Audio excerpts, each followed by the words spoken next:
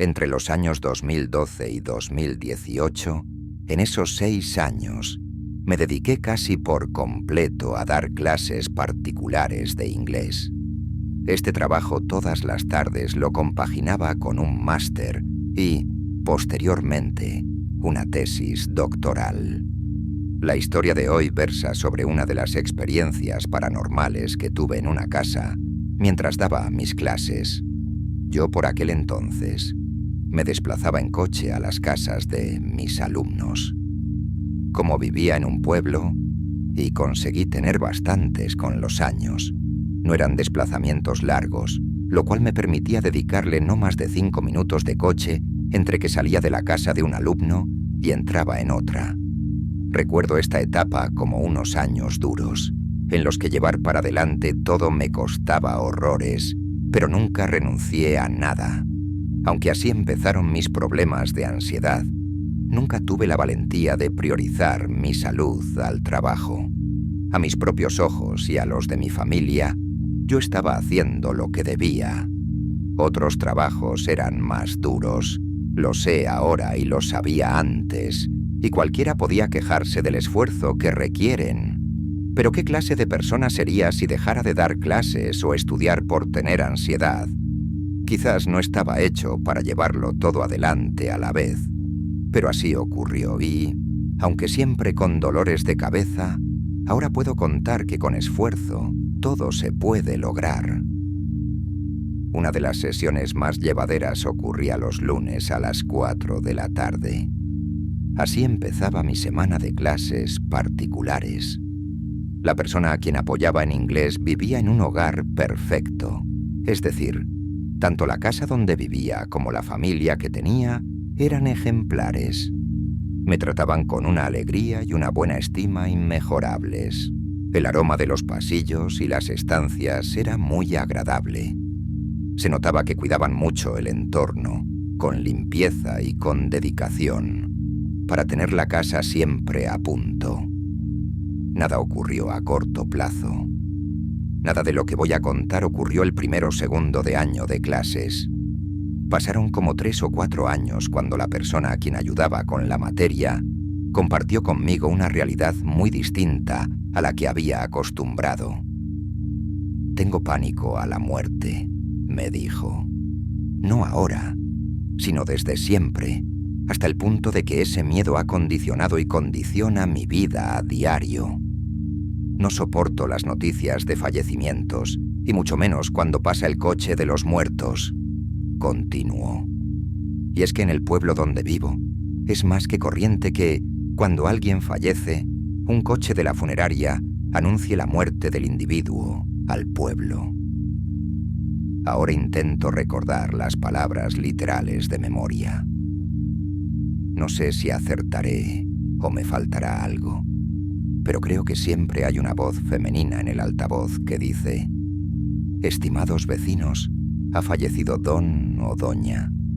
Luego indica el nombre y sigue, más conocido como... Aquí dice el apodo de la persona. Y es precisamente cuando uno conecta un nombre que puede sonar ajeno con alguien que para nada es un desconocido.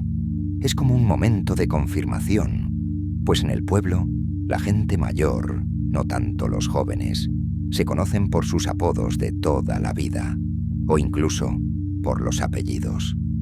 Tras esto, la voz del altavoz en el coche anuncia dónde se vela el cuerpo, es decir, en qué tanatorio, y dónde finalmente se celebrará la misa y el entierro. Quizás alguien de ciudad no acostumbre a creer en estas tradiciones, o que le choquen por su existencia, pero son tan reales como la vida misma, tan reales como este relato. La persona a quien ayudaba en esa clase me confesó que sentía un miedo descontrolado ante los pensamientos intrusivos, los cuales eran constantes y condicionaban mucho sus planes, sus relaciones sociales, su motivación por estudiar. Su vida era un sinvivir de pensamientos asfixiantes que orbitaban en torno a la muerte a cada rato. Yo nunca habría adivinado aquello, de no ser porque me lo estaba contando allí por primera vez. Pero aquel no era el fin de la historia. Reveló con todo detalle que era una persona muy sensible con los fenómenos paranormales, aunque me sorprendió una afirmación que hizo después. No me dan miedo los fantasmas. A lo que tengo pánico es a morirme, dijo con firmeza. Me extrañó mucho aquello, porque relativizó el impacto de los fenómenos paranormales. Es algo que la gente no acostumbra a pensar. Quizás no es tan mala la experiencia de ver un fantasma o un poltergeist, como sí debe ser enfrentarse a la muerte. Entendí entonces que aquella persona a quien yo pretendía ayudar con mis clases tenía una madurez abismal. Su sufrimiento interno, el cual era capaz de esconder a la perfección, debía estar aumentando hasta el punto de necesitar compartir aquel dolor. Aquella confianza que depositó en mí, yo se la agradecí muchísimo. Y al terminar la clase, seguí con mi trabajo, pero a la vez no me pude quitar de la cabeza lo que había escuchado. A la semana retomamos la clase. Ya no ocurrían esas sesiones con tanta frecuencia como anteriormente, pero cuando necesitaba algo, me llamaba y acordábamos un hueco. No obstante, ya no era el trabajo el protagonismo de la hora. Se sinceraba sobre su depresión por los pensamientos negativos y me contó de repente que un hombre mayor, muy prototípico de la huerta, con gorra o boina, aparecía en su ventana de espaldas, como mirando hacia afuera, cada noche. Me impactó muchísimo aquella revelación. ¿Y cómo puedes dormir? ¿No tienes miedo?, pregunté con horror. Me comentó que sentía miedo, una especie de respeto muy profundo, pero no tanto como para levantarse de la cama y pedir ayuda a sus padres. Sentía que no venía a hacerle daño, pero a la vez no le generaba confianza alguna. Era una experiencia terrorífica que había asimilado como parte de su día a día. No se acostumbra uno a recibir la visita de un hombre extraño por las noches, pero no siento amenaza, explicó. Todo esto me lo contó con una absoluta tranquilidad. Su semblante no parecía temblar por ninguno de estos motivos. Para mí, mucho menos habría sido suficiente para asustarme. Con el paso de las semanas, esta persona tan vulnerable a las presencias paranormales tenía signos faciales de una importante falta de sueño. Se nota que estaba durmiendo poco. No quise indagar directamente, pues el motivo de las clases era ayudar con el inglés. No obstante, era tan evidente el sufrimiento que el tema salía solo, sin preguntar siquiera. Anoche vino y se quedó de pie toda la noche junto al marco de la ventana. ¿Y qué haces mientras está ahí?, pregunté. Nada, tan solo intento cerrar los ojos, bajar las pulsaciones porque me entra taquicardia cada vez que llega y esperar a dormirme pacientemente, explicó derrotada. ¿Y cuando despiertas ya no está? Pregunté algo distinto que me interesaba saber. No, cuando me despierto y ya hay luz, entonces se ha ido. Sin embargo, si me despierto en mitad de la noche, a veces sigue ahí, otras está afuera, en la terraza, pero lo alcanzo a ver desde mi cama, tras la cortina. La habitación era contigua a una terraza en la fachada principal de la casa. Esta terraza conectaba con las escaleras que bajaban hasta la calle, pues vivía en el piso de arriba. Esto es algo muy común en la huerta. Las construcciones tradicionalmente han sido de doble altura. La planta baja suele estar reservada a un garaje u otras estancias accesorias, como un baño, una zona de almacenaje.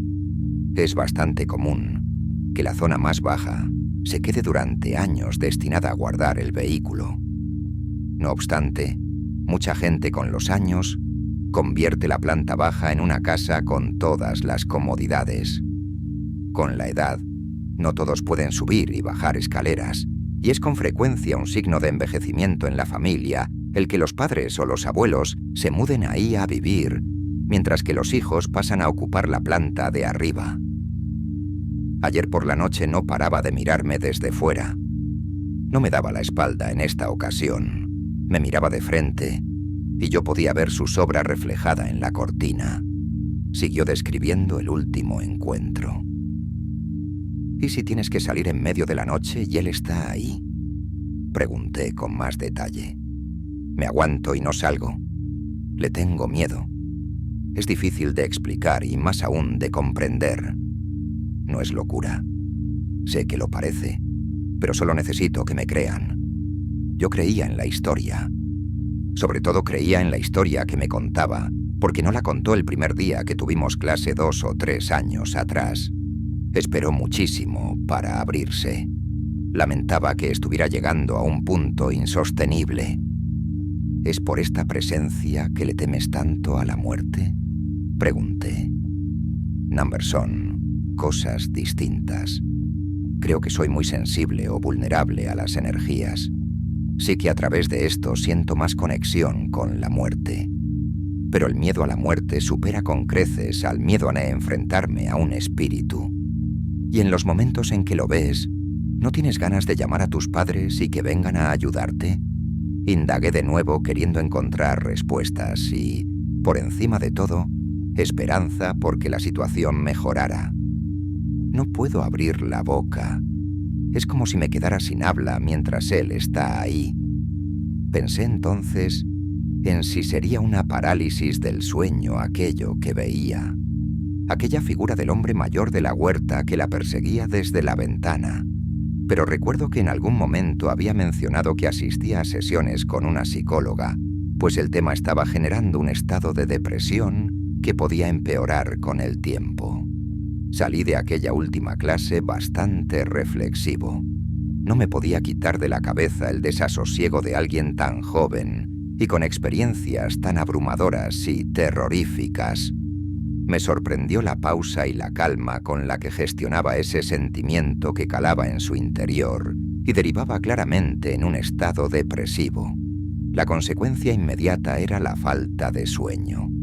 Y la falta de sueño desencadena numerosos problemas cognitivos, como la ansiedad y el estrés, la mala gestión del tiempo, la procrastinación o la escasez de energía y motivación durante el día.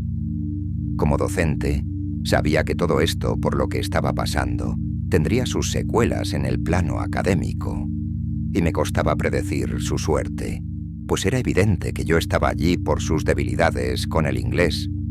Ahora, sin embargo, entendía más el porqué de esos problemas, y lejos de restarles importancia, los conservé en mi memoria hasta hoy. Dejó de dar clases conmigo, y perdí el contacto con esta persona. Intuía por las redes sociales, donde nos seguíamos mutuamente, que al igual que todo el mundo, se mostrarían los aspectos más felices y destacables de cara al público. Pero muy en el fondo, sabía que los problemas no habían dejado de hacerle compañía. Hace un año aproximadamente nos cruzamos por casualidad y le pregunté de manera algo indirecta por su estado de ánimo. Entendió perfectamente la referencia y respondió: «Bueno, ahí vamos. Está claro que cuando algo nos persigue, no es fácil deshacernos de ello. Las presencias en la noche acuden a molestar, y por muy aterradoras que sean. La vida es a veces tan potente que somos capaces de seguir viviendo con los problemas a nuestras espaldas. ¿Qué se puede hacer para calmar el alma cuando un espíritu nos atosiga? Muchos habrían optado por acudir a un cura, al sacramento de la confesión, a un entorno religioso que nos proteja. Pero estas decisiones son muy personales y no nos podemos inmiscuir en las decisiones de los demás. ¿Quién soy yo para recomendar o aconsejar nada años atrás? ¿Acaso yo sabría gestionar una presencia así con la misma tranquilidad y lucidez? Creo sinceramente que es mejor dejar ir e interesarnos por esas personas cuando se dé la oportunidad, a modo de respeto y cortesía. Un consejo o una indicación viene motivado por una pregunta. Y a mí nunca me preguntó: ¿qué debo hacer? Gracias por escuchar. Un saludo.